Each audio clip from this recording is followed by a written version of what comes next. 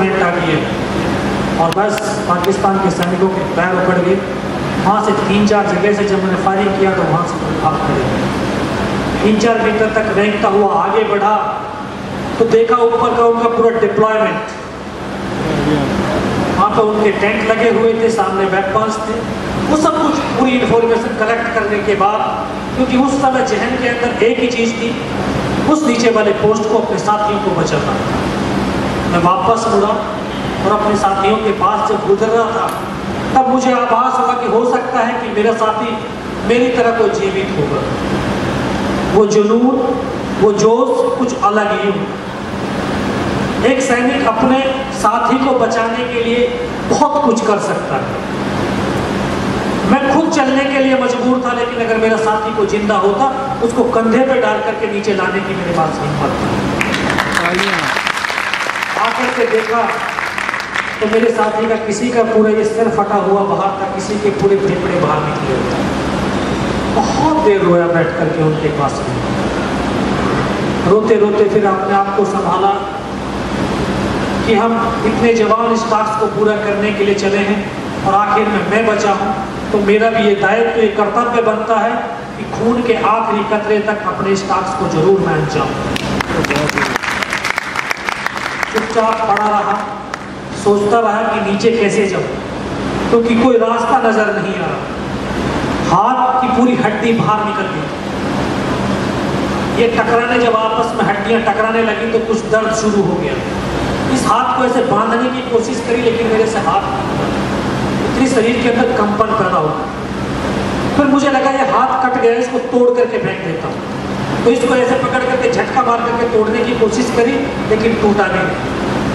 फिर इसको उठाया, पीछे कमर पे फेंका और बैग में फंसाया और फिर उस पहाड़ी से मैं लुढ़कते लुढ़कते जब काफी नीचे आया तो मुझे लगा कि यार मैं पाकिस्तान की तरफ आ गया। एक नाले के अंदर ऐसे गड्ढा था, उसने एक हाथ से पत्थर पकड़ करके लटका हुआ। तब मुझे नीचे की तरफ देखा तो मेरे साथी मुझे नजर आए। मुझे मेरा हौसला बढ़ा और फिर मैंने अपने साथियों को आवाज़ दिया, वहाँ से मुझे उठा करके ऊपर ले करके दे। फिर पूरी इन्फॉर्मेशन उनको दिया कि सर ये कहानी हुई है और ये वहाँ से सीओ के पास पूरी इन्फॉर्मेशन। उसी इन्फॉर्मेशन के आधार के ऊपर अगले दिन या उसी रात हमारी दूसरी टीम ने दोबारा से टाइगर हिल टॉप के ऊपर अटैक किया और बिना कुछ कैजुअलिटी के उसी रात को टाइगर हिल टॉप के ऊपर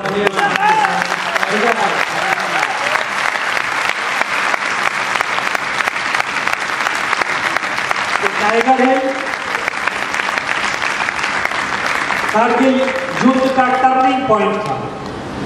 जैसे ही टाइगर हिल टॉप के ऊपर कब्जा हो गया, वैसे ही दुश्मन की ताकत बहुत कमजोर हो गई और वो भागने पर विवश हो चुके।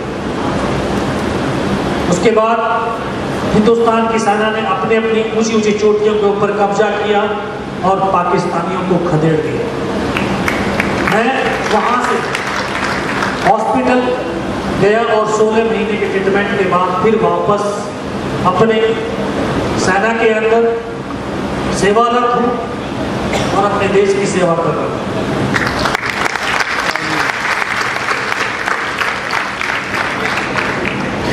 मुझे गर्व है कि मैं एक हिंदुस्तानी सैनिक हूँ और उससे भी बड़ा गर्व है कि मैं एक हिंदुस्तानी हूँ। गर्व होना चाहिए कि मैं एक हिंदुस्तानी हूँ और हिंदुस्तानी होने का मतलब कि उसके अंदर हिंदुस्तान की संस्कृति, उसकी परंपरा, उसके सब कुछ अंदर होनी चाहिए। हमारी संस्कृति हमारी प्रकृति की हरियाली रही। हम अपनी इस धरती की हरियाली को बरकरार रखें।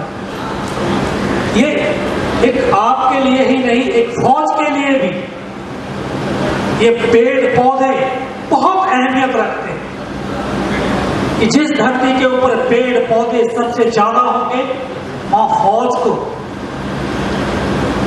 दुश्मनों से छुपने के लिए, अपनी आड़ पकड़ने के लिए बहुत बड़ा एडवांटेज होगा। हम अपना सरप्राइज मेंटेन रख सकते हैं और अपने सरप्राइज को मेंटेन रखते हुए ज़्यादा से ज़्यादा और बहुत बड़ी तादाद के ऊपर दुश्मनों को बर्बाद कर सकते हैं। अगर हरियाली रहेगी इस प्रकृति के ऊपर, इस धरती के ऊपर, वातावरण शुद्ध होगा। जब वातावरण शुद्ध होगा तो हर एक इंसान की थॉट, उसके विचार अच्छे हो जाएंगे। विचार अच्छे होंगे तो आपका ऑटोमेटिक एक इंसान का व्यवहार अच्छा हो जाएगा। अगर व्यवहार अच्छा होगा तो वो एक इंसान बहुत अच्छा हो जाएगा। किसी दूसरे को सुधारने की जरूरत नहीं है, सिर्फ अपने आप को सुधार लीजिए। अगर मैं सुधर गया तो शायद पूरा हिंदुस्तान।